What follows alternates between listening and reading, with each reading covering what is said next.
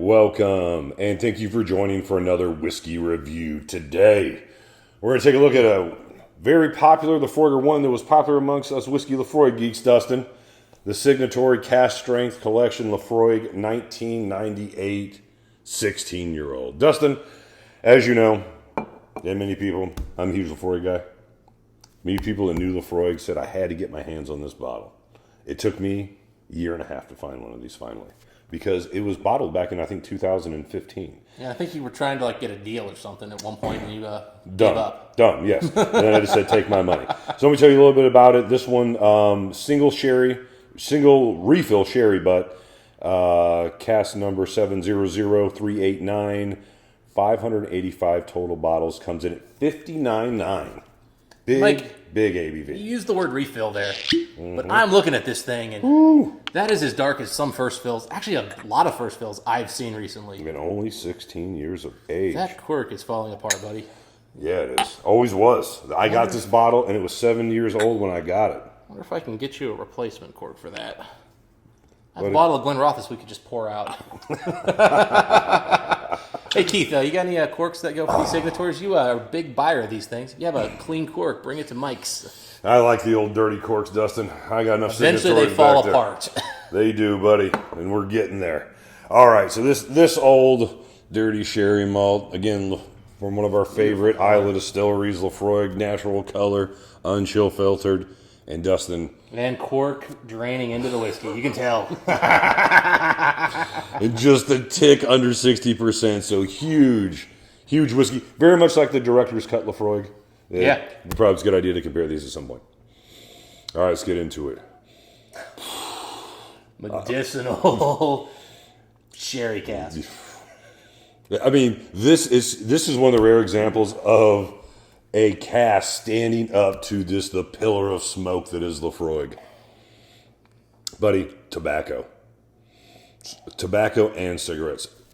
Tobacco leaf with cigarette smoke all around it in a hut drying. Laphroaig cigarette smoke, and then that tobacco from the cask. Wow, what a mix. It's the first time I've noticed this on this mic, but I am getting some egg fart. I am getting some sulfur coming through. You'll get that from First Fill Sherry. I'm going to have to put that out of my mind now. It's like that just came through out of nowhere. I'm like, oh, that is not something I remember. But yeah, tobacco, as you said, a lot of smoke. Super smoky, super just funky, medicinal, doctor's office. But this takes like a Laphroaig 10 cask strength, Mike, and it takes that smoke level up to 12. I mean, it's just so smoky. One of the smokiest whiskeys. It rivals Lagavulin 25, or again, that Director's Cut 22-year-old. Smokier than that Ardbeg 25 that we talked about just being a smoke bomb. Yeah, it's a lot. Yeah, this is one of those legendary bottles, you know. I mean, again, I didn't hear much about it when it came out in 15 or 16, but Signatory's Cask Strength Collection, man, they've had some stunners in that collection. I tell you what, this is also the dirtiest smoke I've ever noticed, Mike. Very dirty. Coal soot. I mean, your chimney has been needing sweeping for 5 years. Chimney smoke. And that poor kid that went up there to clean it, he's still there. He never got out. Dry smoke. So medicinal. A little bit of lemon coming through. Leaves being burnt in the street in the 80s when that was a thing in the United States. You just raked your leaves. Smoked lemon. Raked your leaves into the street and set them on fire. Well, you could still find that occasionally if you head down to the country. Still get that note every now and then driving down a country road. I mean, again, a lot of things you'd recognize from Laphroaig. Yeah, but it's if you don't like Laphroaig, this is the worst Laphroaig ever made. Because this is everything people tell me they hate about Laphroaig amped up. It's more medicinal than usual. The smoke is dirtier than usual. The lime is more burnt and charred and smoked than usual. It's a Laphroaig barbecue. The iodine is intense. You're at a doctor's office that they didn't actually clean, and yet somehow it still smells like that. I mean, it's all that turned up with that sherry, the tobacco coming out big time, which I don't consider a Laphroaig note. And then again, a little bit of that egg fart. Buddy, let me tell you something. This is a whiskey that says, oh, you think you like Laphroaig, do you? Try this. And it's got some extra elements to it from that heavy cask maturation. And I say heavy because this may have been a refill cask, but it had plenty of give left in it. This imparted quite an impression. Yeah. This is like Laphroaig. So Laphroaig usually comes in like white labels, like white tubes and white boxes. I almost feel like if they bottled this like a normal Laphroaig, it'd be black because it is just dirty and smoky. Yeah. So sooty.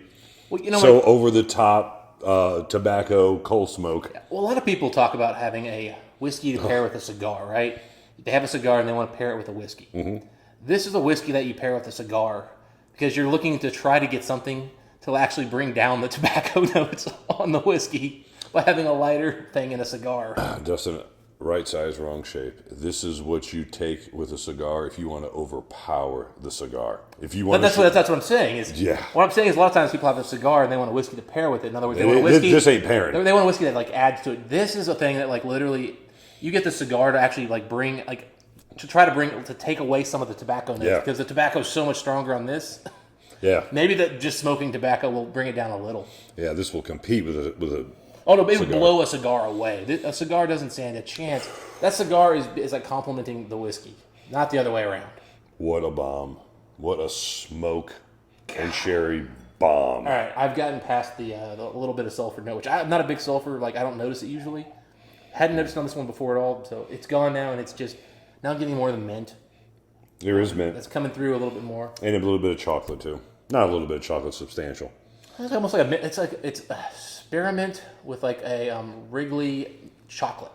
If that makes sense. Every once in a while, these Isla whiskeys will get that tobacco note that I really like. And old Lagavulins with sherry get it, and old Laphroaigs. I never really got in an old Ardbeg because you rarely get old Ardbegs that are heavily sherried. But old Ardbeg and sherry, come on, what are you talking about? Yeah, but man, you get that mint and tobacco combination, and you just know the cask put a huge stamp on what this was. If you want an Ardbeg like that, Mike, head to the distillery. $13 million, they'll take care of you. That's true. Man, I mean, it is. This is seriously, as far as the sherry and tobacco notes go, this really does remind me of Lagavulin, and really only Lagavulin has done this. Mm-hmm. Maybe tobacco, maybe that Kalila 35 started getting into some of these notes, a level of depth and richness. But this is very much, if you're a Lagavulin drinker, this is a Laphroaig for a Lagavulin aficionado. Which explains why Mike sought this thing out so hard, because he probably got word from people who love Lagavulin that this is a Laphroaig to get. Sherry, as soon as you swallow sharp peanut, then that cask comes in, chocolate, tobacco, smoke is everywhere in this experience. But it's stinging, man. You really feel that ABV. And it's, again, as soon as you swallow the sharpest peanut note I may be experiencing a whiskey. It's nutty, it's smoky, it's sherried. It's so aggressive. This is one of the most aggressive whiskeys I can remember in a long time. And now as it just lingers, it's just chocolate and cocoa and mint and tobacco. I'm going to have to go in for a second, try to even put words to this thing, Mike, but I got to start off with this. Punchy. So, we've always had this argument that we think older peated whiskey doesn't lose a lot of the peat. In fact, and sometimes it's some of the peatiest whiskeys are. Agreed. This is one of the peatiest whiskeys I've ever had, the smokiest whiskey I've ever had, most intense, rich. And this one falls into where a lot of Isla fans are going to tell us, well, 16 years is really old for Isla. Guys, it can be. This doesn't drink like an old whiskey at all. It drinks like a punchy, bold, in your face, shut up, I am going to beat the living hell out of you, and I don't care who's, I'm the boss, shut up. I'm going to go back in with a little bit of one more little taste here, Mike. But yeah, I think you nailed most of what I was getting. It's a lot, man. It's a lot. And you're right. This is, when you said this is a Laphroaig for Lagavulin lovers, I love Laphroaig. I got 30 different Laphroaigs. But I love Lagavulin more. And this is why I love this and that Director's Cut 22. Yeah. It's the most Lagavulin-esque Laphroaig. So if you didn't really mention, but I do get the dark fruits here. I got a really nice, again, dark fruit influence. This tastes and drinks like a first fill sherry, but it's got the back end of just intense, in your face, just wow punch from Laphroaig, smoke, peat. It's a heck of a mix. And the alcohol, God, it hits hard, but it's not. It's also kind of easy drinking It's an easy drinking punch in your face, if that makes any sense. It's a dangerous drinker. 60% ABV. If you like this whiskey, it could be easy to drink. You know the alcohol. Your mouth is dry. It just grabbed you, but man. Yeah, it's a devastating shot. Jeez. Yeah, again, one of the most aggressive whiskeys or Isla whiskeys that I've tried. Oh man, I don't think I've had done water with this one before, Mike. I've had it 3 times, but It gets chocolate, doesn't it? Chocolate and tobacco and mint. but it also just brings the whiskey all together.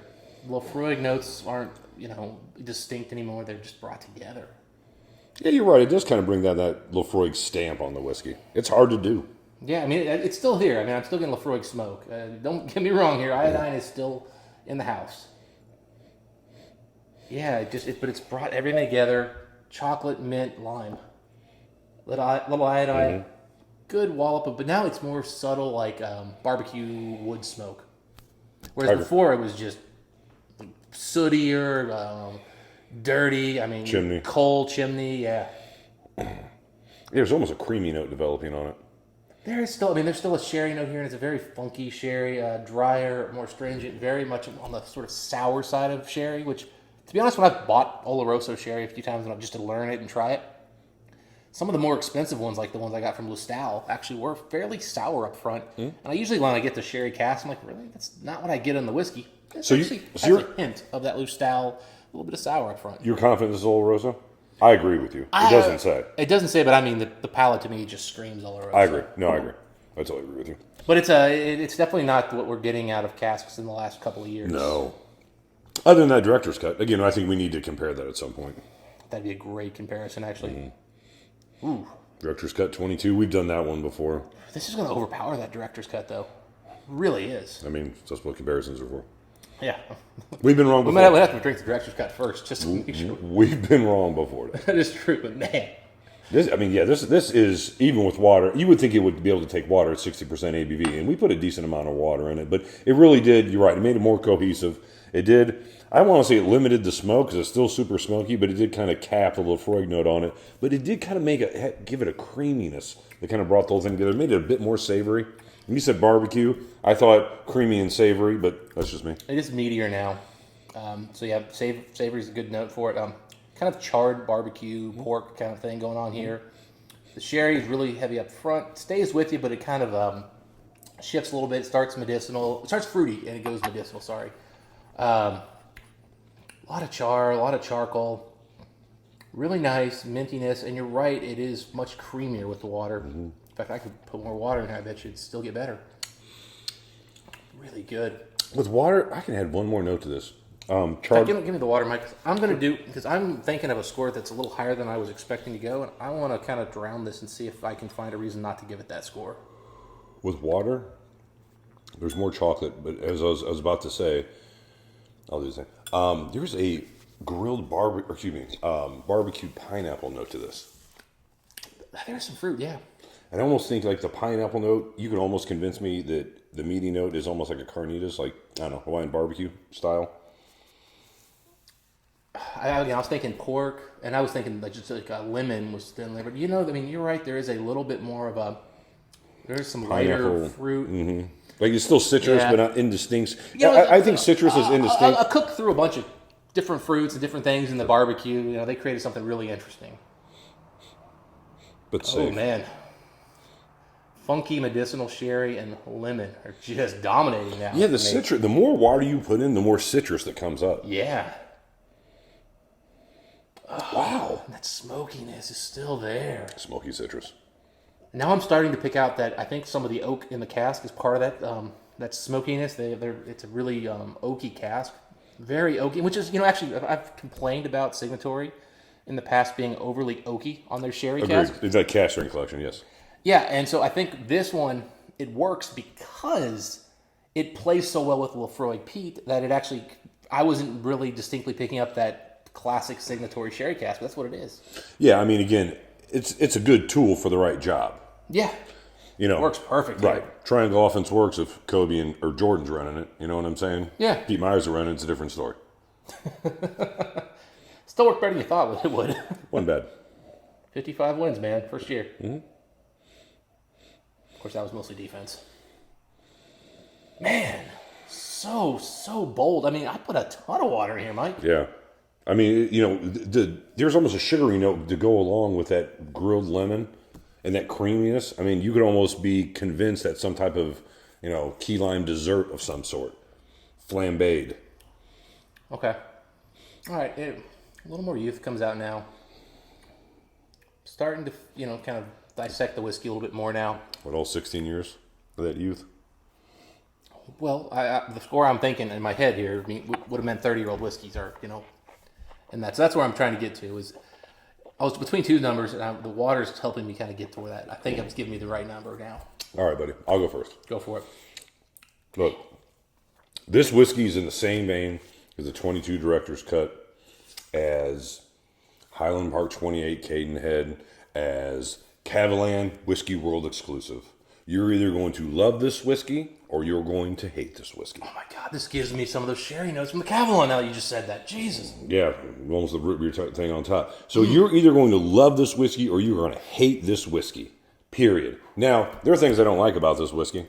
There are so many things I love about this whiskey. This is a whiskey that I think if I want an epic dram, do I want Lagavulin 25, Kalila 35, Ardbeg 25? When I want a serious dram, this is one I consider.